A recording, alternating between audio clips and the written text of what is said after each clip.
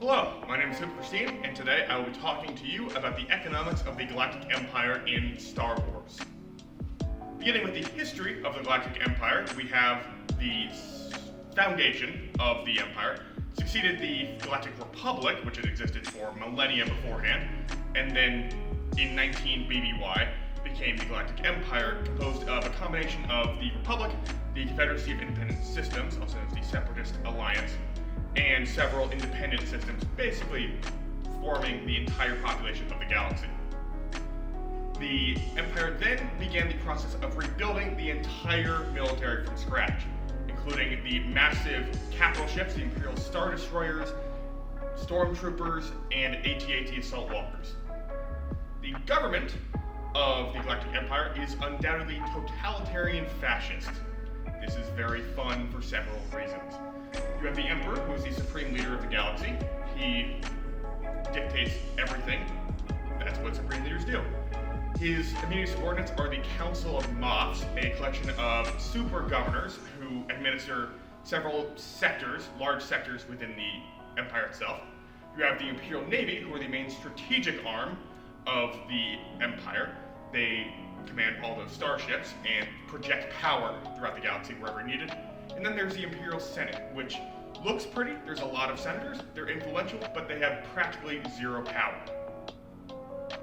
The economic state of the Galactic Empire is undoubtedly one of stagflation. This is characterized by high inflation, low to no GDP growth, and high unemployment. This is all very bad for the Empire, but that's the current state of affairs due to the massive military expenditures of the Empire. Namely, the construction of 25,000 Imperial Star Destroyers. These are 1.6 kilometer long capital ships, and they built 25,000 of them. Then you have the millions of Stormtroopers, Army personnel, and Navy personnel that are used to crew all these warships, as well as to garrison Imperial facilities throughout the galaxy. Then you have Project Stardust, also known as the DS-1 Orbital Battle Station. You may know it as the Death Star.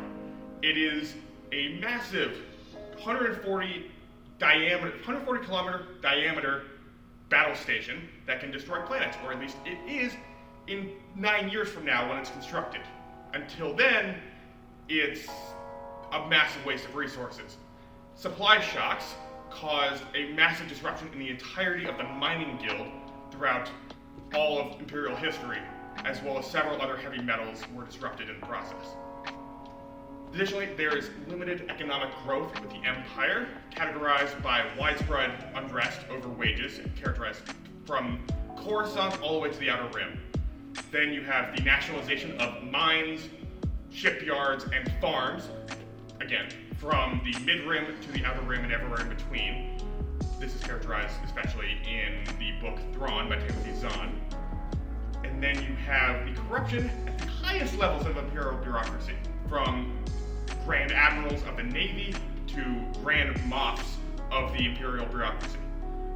And there's not much being done about it, and it is taking money away from everyone, especially the common people of the galaxy.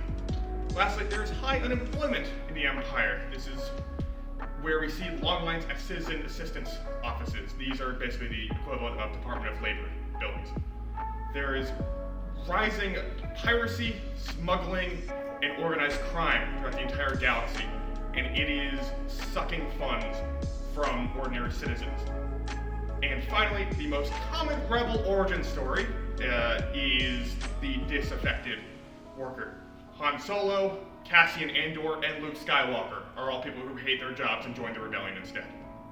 The solutions to the Empire's stagflation are contractionary and very simple. Defund the Death Star. Also, sell 60% of the massive fleet for scrap and proportionately reduce the number of military personnel. Additionally, you should promote free enterprise by selling off nationalized companies now that you don't need them to build the Death Star. You can also reduce taxes, tariffs, and interest rates to promote non-military GDP growth. And finally, sick the ISB on all those corrupt officials. The interstate economics of the Empire are a little bit different because there are no other states. The Empire is the only state in the galaxy. However, it does have trading partners in a sense, mainly companies that are given government contracts, mainly corporations such as the Kuwait Drive Yards, which are shipbuilding, Mining Guild, which is mining, and Prex Morlana, which are rent-a-cops. Additionally, there is the Wild Space Border Territory, which isn't really Imperial space, but there is trade. Sorry, it is Imperial space, but it's not really treated as such for administrative reasons, and therefore there is trade between there. There's also the unknown regions, where there is rumored contact with unknown alien species and their governments, but those have been unconfirmed rumors. Additionally, the Empire has imports, but those are mainly from those are only from within the Empire to other parts of the Empire. Mainly natural resources such as metals, fuel, and, well, technology. That's not a natural resource, but it is a resource. And those are all going directly towards the military. There are also foodstuffs, which are being sent from the mid-rim and the outer rim to the core worlds and the inner rim, which can't produce enough food to feed themselves. Like I mentioned, Coruscant has 1 trillion people and not an inch of arable land. There are also workers that are imported throughout the galaxy. You can read. The Empire also exports materials from other Imperial sectors to other Imperial sectors, mainly security from the core worlds where the High Command and the Imperial Navy are based to the Outer Rim, where extra security against pirates and smugglers is required. This comes in the form of the Imperial Navy. Additionally, weapons are sold to individual planetary systems if they want to maintain their own private defense forces in the form of surplus military equipment from the Clone Wars, especially CR-90 Corvettes. In addition, the Empire has a monopoly on communications and visual media through the use of the HoloNet, or holographic network. Ease of trade in the Empire is very easy for the Empire. The Empire gets its way every single time. They do this through very skilled negotiation. And if they don't get what they want from negotiations, orbital bombardment. Small businesses are likewise devastated by Imperial policy because monopolies from these massive corporations that are getting all these government contracts are pushing the little guys down. And these small guys can only really profit in the Outer Rim and Wild Space territories of the Empire. The exchange rate of the Empire is both stable and fixed. This is because there are no competing foreign currencies because the Empire is the only state in the entire galaxy.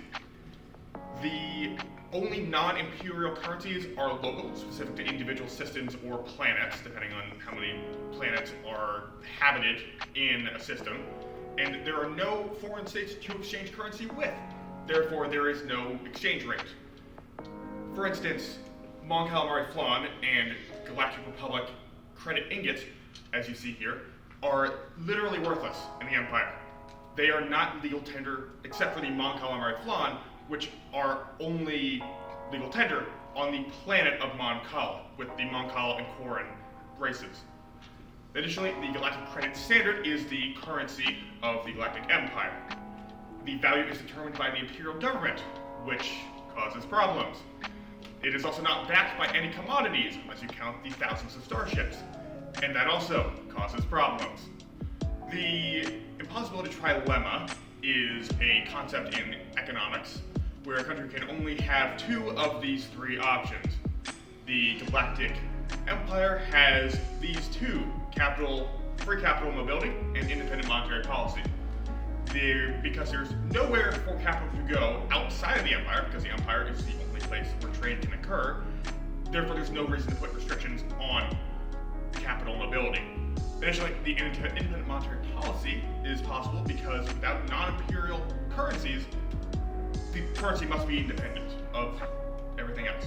Additionally, as a little side note, during the Clone Wars, Chancellor Palpatine, then Chancellor Palpatine, now Emperor Palpatine, nationalized the banking clan for the Republic, which then became the Empire. So now the Empire owns all of the banks.